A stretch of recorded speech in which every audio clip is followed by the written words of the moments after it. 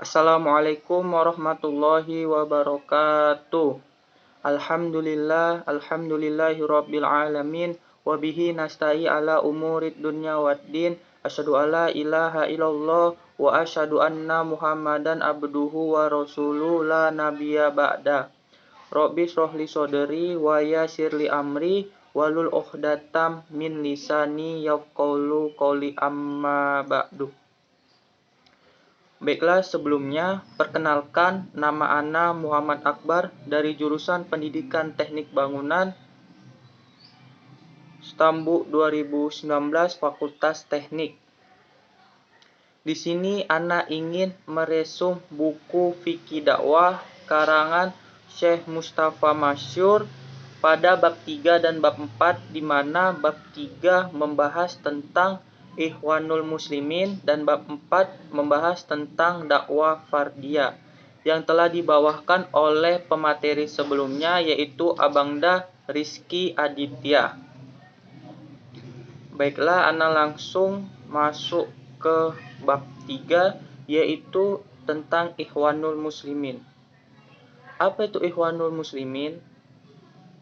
Ikhwanul Muslimin merupakan salah satu jamaah dari umat Islam, mengajak dan menuntut ditegakkannya syariat Allah, bekerja dengannya dan untuknya, keyakinan yang bersih menghujam dalam sanubari, pemahaman yang benar merasuk di dalam akal dan fikiran, syariah yang mengatur al-jawari atau anggota tubuh, perilaku, dan politik.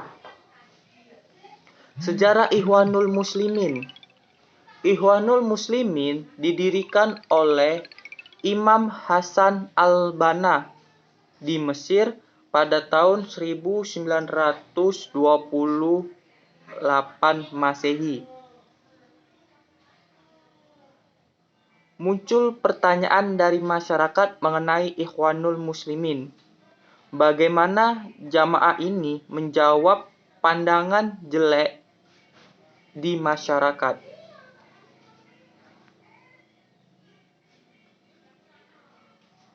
Yang pertama, masyarakat bertanya kepada Ikhwanul Muslimin, apakah perjuangan dakwah itu wajib bagi orang Muslim? Islam adalah agama yang menyeluruh dan bukan individual. Dakwah itu hukumnya wajib atau fardu ain. Dakwah bukan hanya kewajiban kepada ulama ataupun ustadz saja, tetapi kewajiban bagi setiap orang Muslim. Yang kedua, pertanyaan yang muncul dari masyarakat mengenai Ikhwanul Muslimin. Bagaimana karakter jamaah yang harus diikuti? Apakah Ikhwanul Muslimin baik untuk diikuti? Jamaah dakwah tersebut orientasinya adalah secara menyeluruh, memiliki rencana untuk menegakkan negara Islam, mengajarkan kita tidak membatasi pada aspek apapun dalam mendakwakan Islam, memasukkan programnya pada aspek tersebut, memiliki metode dan pedoman bagaimana cara menjalankan dakwah tersebut, yaitu dengan pedoman kepada Al-Quran dan Sunnahnya, yaitu hadis.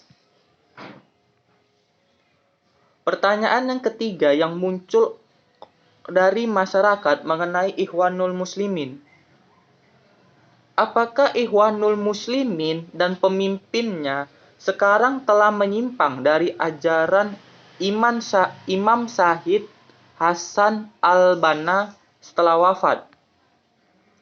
Ikhwanul Muslimin masih memegang satu pedoman yang sama, yaitu Al-Quran. Tahun ke tahun tetap sama karena pedomannya yang sama dan orientasinya yang utama adalah Allah Subhanahu wa Ta'ala. Tujuannya yaitu membebaskan negara Islam dari seluruh negara asing.